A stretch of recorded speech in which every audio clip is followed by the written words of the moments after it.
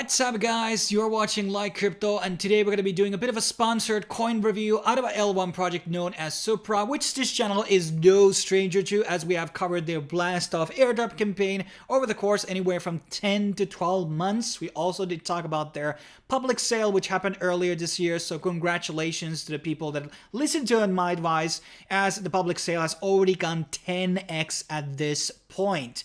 So in this video, we're going to be going through what exactly is Supra, what makes it a proprietary L1 compared to your Solanas, Ethereums, Aptoses, and Suis, etc. We're going to be looking into their technology, Tokenomics, and basically give you a rough, good understanding what exactly Supra is able to do and what exactly they are building. This is a very vast project, so we're not able to go absolutely everything in a one single video, as originally it was called Supra Oracles, which was only designed to kind of be like this sort of Oracle project, and then it kind of expanded into becoming a layer 1 which has inbuilt oracles.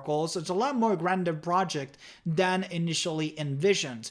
So let's kind of get started out explaining a bit of the key mechanics about Supra and why exactly I am still very bullish on this project. And just to be, clear about this, I invested on this project before making these videos. So I was very interested in this project from the very get-go when it was pitched to me as an Oracle project, and now I'm more even bullish as they are building this layer 1. So one of the key things about the Supra that allows it to basically scale is kind of like their container mechanisms. So we are able to build a lot of things with Supra, and we are able to use a lot of different blockchain technologies underneath. So that's kind of like one of the strengths of Supra, that there's a lot of variability here in terms of what exactly you want to build, and also this idea of shared liquidity. And that is like, I'm going to also leave down below in the description all the white papers and documentations, as there's a lot of that. There's a lot of technological information about this project, which is really hard to break down to your average consumer, because they may not understand absolutely everything what this technology is able to do and how does it actually like translate into your general understanding. And they actually have really, really good videos on their channel. People who basically claim the airdrop obviously were forced to watch the videos, and those videos kind of like break down pretty well what exactly Supra is able to do. So one of the things that they have managed to achieve is 500k TPS. That is transactions per second, and that is a very powerful number. Now, there's some blockchains that always make these types of statements like, oh, we can do trillion transactions per second and etc. But the two most important metrics about that is obviously finality of the transaction and also the fee. I don't care if you can do trillion transactions per second if I'm going to be paying quite a lot of money per transaction, whatever, interacting with just a normal send-off or DEX trade or something else. I don't want to pay a lot of gas fees in order to do the transaction. Speed is not always that important to me. It's a lot about fees, coinciding with the actual speed as well. So the two metrics of this is very important. And I did actually my own measurements of this, and I tested out how much does it actually cost to send tokens to another address. And currently, it's probably one of the most cheapest, and if not the cheapest, chain to do it. It's beating out Solana, Base, XRP even. And XRP is not a smart contract chain. So smart contract chain has usually a bit higher transaction fees, and they non-smart contract chains obviously are able to do lower gas fees because they don't do as much of like these. There's not like that much line of code. So the number of the fees are extremely competitive in the right now in Supra. Obviously, there isn't as much dApps and users right now, but the initial numbers look extremely good as of right now. And they have the multi-virtual machine advantage, which I kind of went into in a second, and there's actually should be an actual chart here somewhere where you can show. It basically is able to do a bunch of different chains. So yes, here we go. So you can do Move. Move is the one that is being used on Aptos and Sui. We have EVM, that is obviously Ethereum, Binance Smart Chain, all of those EVM chains. We have Solana, and we have Cosmos. These are the four most largest basically virtual machines right now in the space. That's where most of the development is going.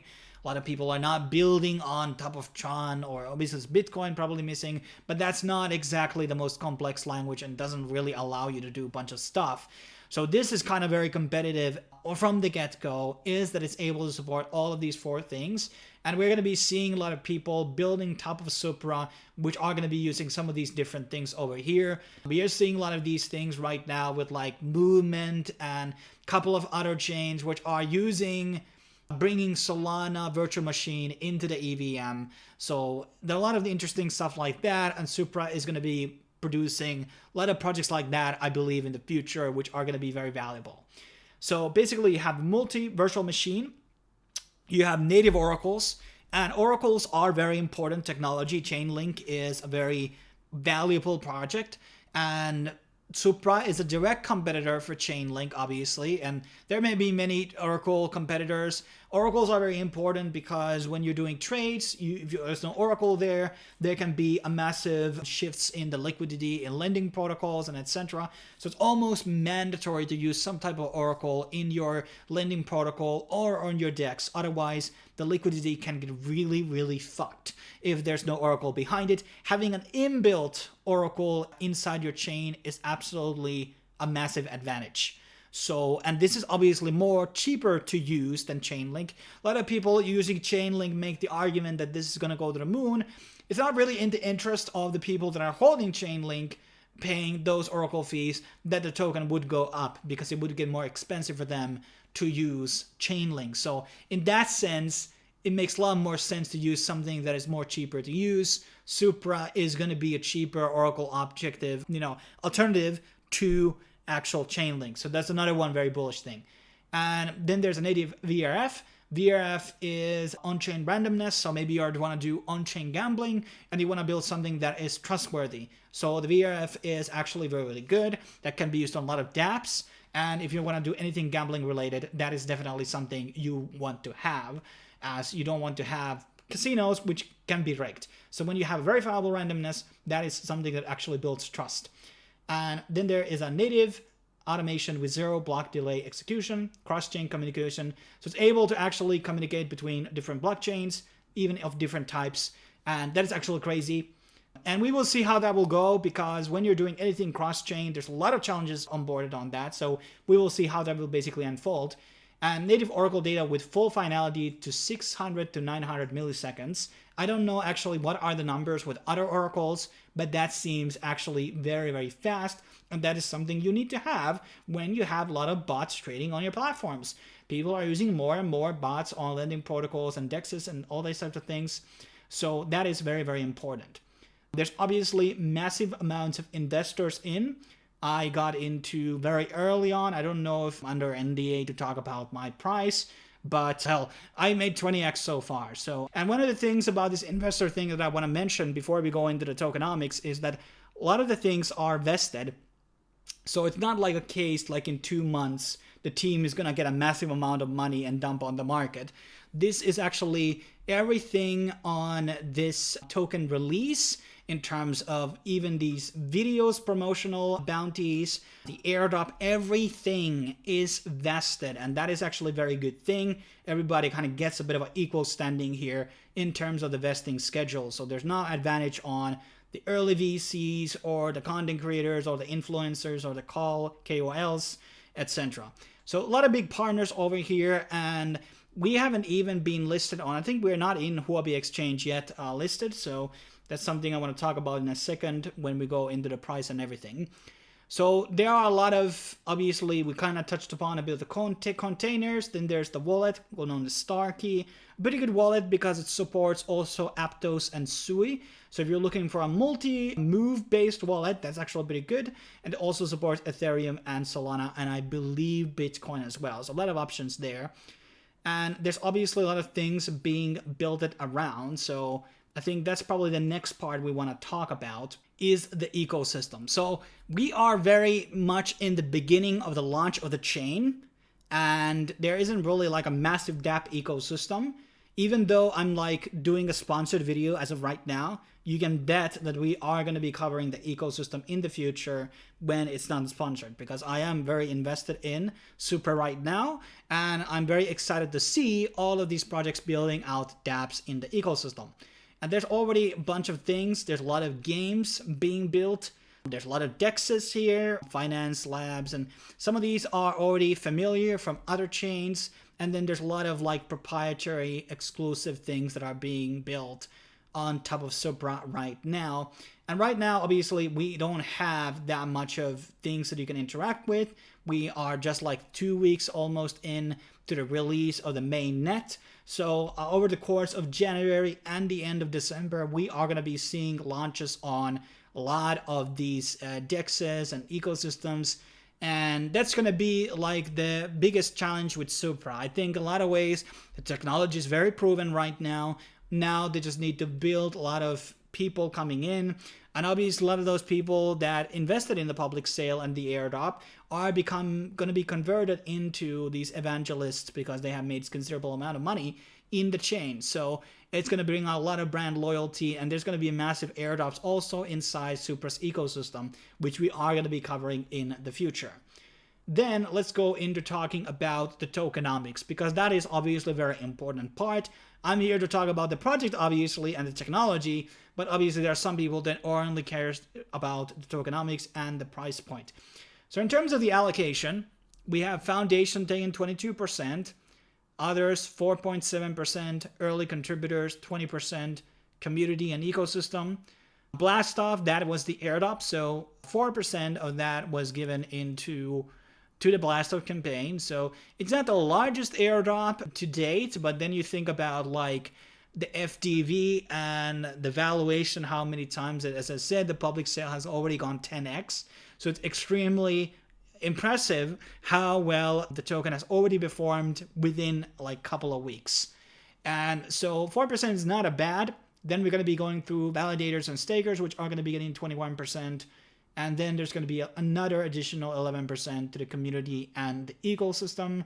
I believe from the foundation and treasury is going to be doing some liquidity bootstrapping. So the tokenomics are not too bad. You could argue that maybe the team is getting too much. What is exactly the early contributors? There are a lot of bit of question marks over here, but there's a fair amount of money that is trickling down into the community throughout the airdrop and throughout the community and the ecosystem. And obviously there's the treasury as well, which will be somewhat going to be trickling down into the actual users. And obviously people who participated on these earlier stages can stake their Supra. As for the allocations and the unlocks, I think they're pretty favorable for the users, as I believe the first unlock for the team is at 6 months. And that's basically where a lot of these other things are also getting their first unlock. And the Blastoff obviously has already began. So there's good, entry point here. Obviously, I'm going to be expecting that the price will be going down on the next unlock as the price of this project has gone immensely up. So there's going to be a lot of sell pressure, but maybe that will be your entry point. But I think it's a pretty fair trajectory over here. I mean, most of the big unlocks are going to be happening in 36 months. That it means in 3 years, there's going to be a massive unlock for a lot of these foundation, treasury, and all that type of stuff. So it's not bad of a supply circulation. And I think it's pretty good that there's not like this massive sell pressure in the beginning from the foundation and the team. And then obviously there's a bit of a roadmap, what exactly they are building right now. This is the token generation phase 1 where we are right now. In the future, we're going to be having bridges, and when we're going to be having swaps coming in, then there's going to be integrated EVM mainnet, proof of efficient liquidity, privacy polling, and then a lot of other technology coming out. There's no exact dates over here, but there's a lot of things that they are building and want to provide in the future. And then lastly, there is the roadmap, the white paper. There's a lot of technological, commentary on how does everything work. A lot of you probably don't understand any of this. And even for me, some of that technology is kind of hard to understand. But they do have very unique consensus mechanism, which is proprietary. Nobody else has a similar style of technology And that's kind of like the bullish element about Supra, is this moonshot technology and how it's basically able to, deal with all of these types of things. But in case you want to explore that yourself, I'm going to leaving the white paper down below in the description so you can read more about it. Then finally, we have to talk about a bit of the price itself. So as I already mentioned, the pre-sale price was at 0048, so 10th of 5 cents. So currently it is over 10x on its price. The peak was at 7 cents, and we're probably going to be seeing a bit of a crash in the next unlock. I think there were a lot of people that sold probably on the beginning. I luckily didn't sell off my first batch, so I got 20% lock at TGE. I think 15 to 20% was a lot of investors. So I think there's going to be some type of a sell-off happening on January. So expect that to happen, guys. So make sure that you understand that there's going to be a sell pressure. So right now may not be the best entry point in, but I could be wrong about that because we are living in a very, very bullish momentum, and it's currently ranked at 2,850. So the market cap is kind of slow, but not that really high. We're only talking about 343 million. So it's not even in top 100. I think, I'm going to be completely honest with you guys, I think eventually by the end of Q1, this is going to be entering top 100.